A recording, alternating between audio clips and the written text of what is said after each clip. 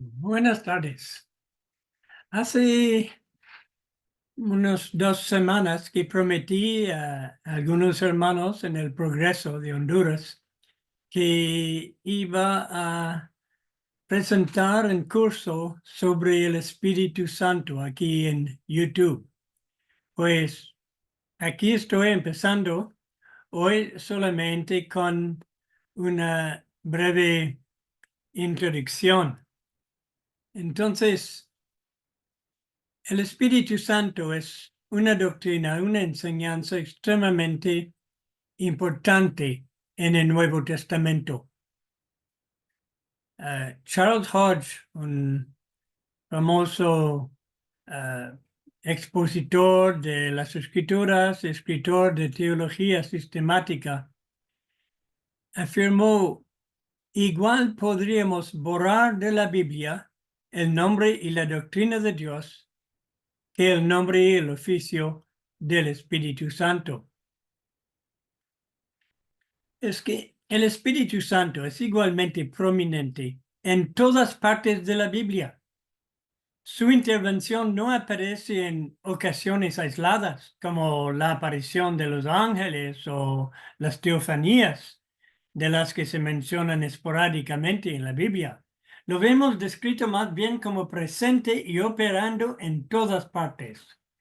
En el Nuevo Testamento, el Espíritu Santo se menciona unas 300 veces.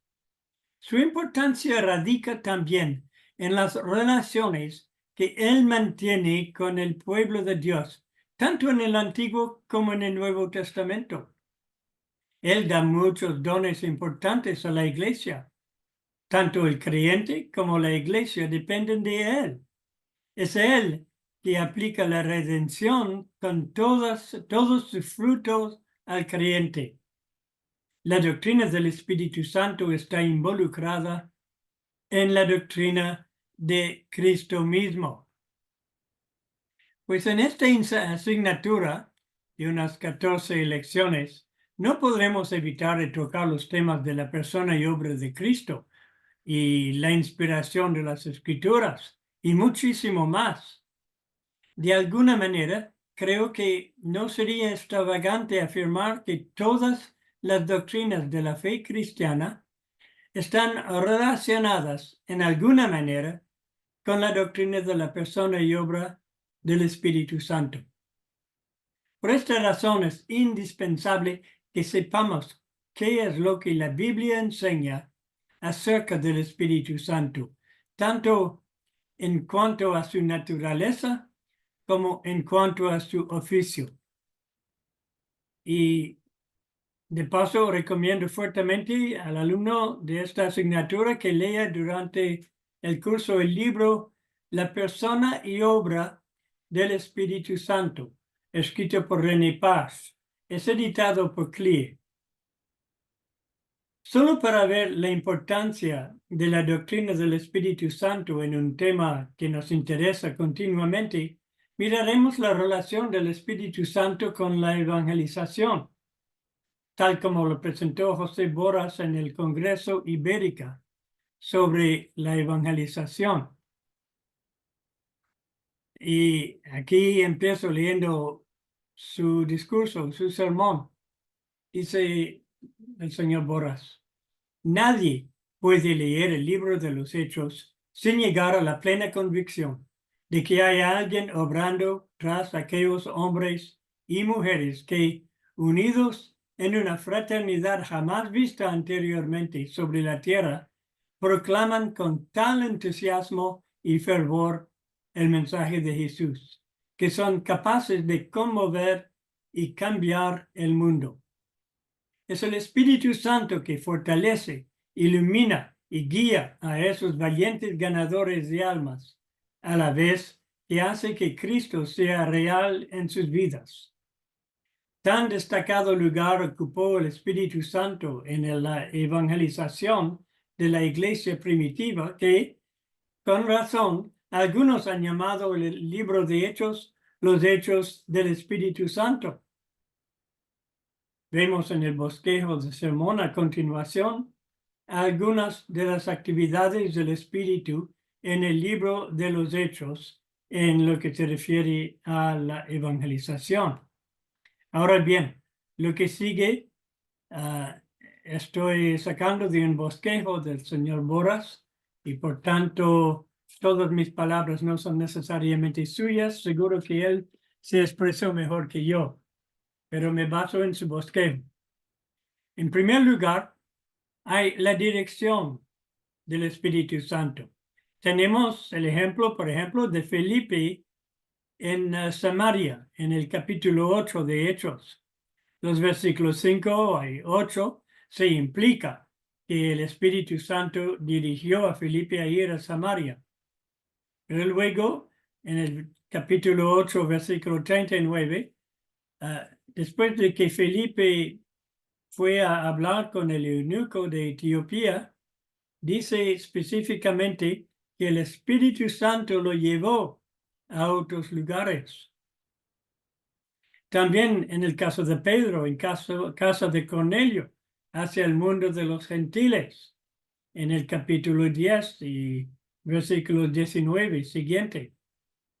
Y de manera muy específica, el envío de Pablo y Bernabé, los primeros misioneros comisionados, en el capítulo 13, versículos 2 y 4. Bueno, leeré el párrafo de los 6 primeros versículos, los 4 primeros versículos.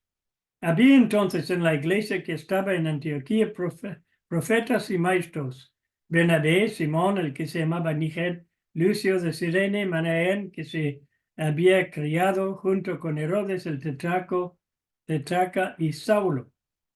Ministrando estos al Señor y ayunando, dijo el Espíritu Santo: apartadme a Bernabé y a Saulo para la obra a que los he llamado. Entonces, habiendo ayunado y orado, les impusieron las manos y los despidieron. Ellos entonces, enviados por el Espíritu Santo, descendieron a Seleucia y de allí navegaron a Chipre. Claramente especifica que fueron enviados y dirigidos por el Espíritu Santo para su obra evangelística a través de Turquía y luego Europa. También vemos en el Concilio de Jerusalén, del capítulo 15 de Hechos, el Espíritu Santo les dirigió para que no pusieran obstáculos a la entrada de los gentiles en la iglesia. Vemos los sucesos que condujeron a Pablo y su equipo para entrar en Europa. En capítulo 16 nos dice un par de veces que el Espíritu Santo les impidió ir a un lugar, luego a otro lugar. ¿Para qué? Para que pudieran ir directamente a Macedonia en Europa. En otras palabras, fue directamente bajo la guía y la influencia del Espíritu Santo el que nosotros seamos cristianos hoy en día, porque fue así que el Evangelio llegó hasta nosotros. En segundo lugar, hay el poder del Espíritu Santo, no solo la guía, porque en el primer capítulo de Hechos vemos que los discípulos, los apóstoles, no pudieron empezar a evangelizar antes de que viniera el Espíritu. Al versículo 4 y 5, y estando juntos, Jesús les mandó que no se fueran de Jerusalén, sino que esperasen la promesa del Padre, la cual les dijo: oísteis de mí, porque Juan ciertamente bautizó con agua, mas vosotros seréis bautizados con el Espíritu Santo dentro de no muchos días. Y si saltamos al versículo 8, dice: pero recibiréis poder cuando haya venido sobre vosotros el Espíritu Santo, y me seréis testigos en Jerusalén, en toda Judea, en Samaria y hasta lo último de la tierra. Es el Espíritu de Dios que redarguye a los pecadores y regenera a los arrepentidos. Vemos en Juan capítulo 18, versículo 8, que Jesús promete esto. Y obviamente en el capítulo 3 de Juan se habla del nuevo nacimiento, es decir, la regeneración de los creyentes. Jesús sabía que a pesar del entusiasmo de los testigos, después de haber visto tantos milagros, además de la resurrección, todo eso no bastaba. Era necesario el Espíritu Santo para poder evangelizar. Lo que recibieron en el día de Pentecostés iba a revolucionar sus vidas y les dotó de poder para ser testigos eficientes, eficaces. El Espíritu Santo convirtió su cobardía en heroicidad también, porque cuando hicieron el arresto, le detuvieron a Jesús, los discípulos no se mostraron exactamente heroicos, huyeron. Pedro luego iba a negarlo. Pero después de recibir el Espíritu Santo, wow, cuánta confianza tuvieron. Y en vez de ser cobardes, fueron héroes. Tenemos como un ejemplo que ha sido dado el embajador de Federico de Prusia en Inglaterra. Es que su rey era tacaño y su atavío era más pobre que los demás embajadores. Pero el rey le recordó al embajador que estaba respaldado por 100,000 soldados prusianos. El atavío más rico era inútil sin tal respaldo. Así, embajadores de Cristo, no importa lo que tenemos, si estamos respaldados por todo el poder del cielo en el Espíritu Santo, todo otro esfuerzo humano resulta vano. Es un error de muchas campañas evangelísticas.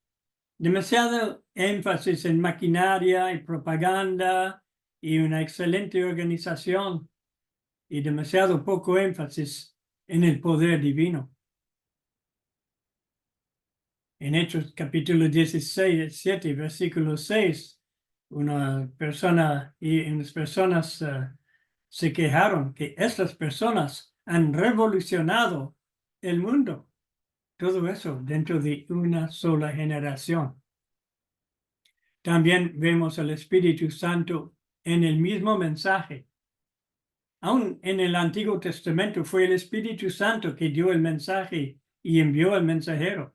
Vemos eso en Ezequiel capítulo 11, versículo 5. Y Ezequiel capítulo 2, versículo 2 también fue el Espíritu que le dio el mensaje.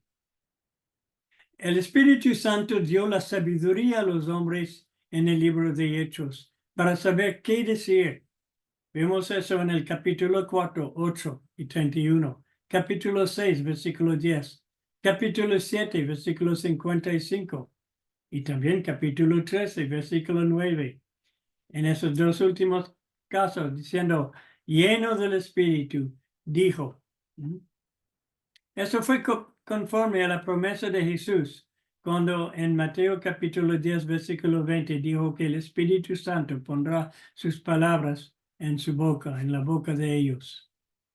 El mensaje del Espíritu Santo siempre era una proclamación acompañada de una invitación.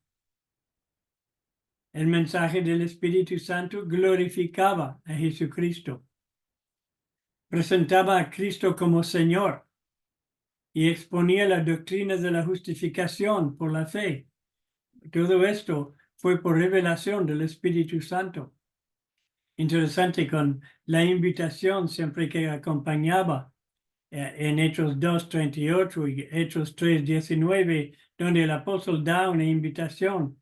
En Mateo 11:28, Jesús da la invitación, venid a mí. Y es interesante porque en Apocalipsis, capítulo 22, versículo 17, dice, y el Espíritu y la Iglesia dicen, ven. Eso es en un contexto donde se habla, ven Señor Jesús, pero también se invita a la gente de venir a Cristo. Y el Espíritu y la Iglesia dicen, ven. Y eso es importante, que la Iglesia habla junto con el Espíritu Santo y diga el mismo mensaje, que es el mensaje del Espíritu Santo. Ahora, puesto que en el libro de Hechos se manifiesta abiertamente la influencia del Espíritu Santo en la evangelización, interviniendo visiblemente en muchos casos, ¿necesitaremos nosotros manifestaciones externas para estar seguros de que somos guiados por Él y de que nuestro mensaje es inspirado por el Espíritu Santo? ¿O si podemos saberlo sencillamente por la fe, porque la Biblia nos lo dice? Será interesante proseguir en ese tipo de preguntas, lo que haremos en algunas lecciones de nuestro curso. Pues les invito a estar pendiente en las semanas que vienen. Iré semana tras semana ofreciendo una nueva lección más completa de mi curso sobre el Espíritu Santo. Que el Señor les bendiga y que sigan estudiando la palabra de Dios, porque es solo aquí que podemos estar seguros de encontrar la verdad de Dios.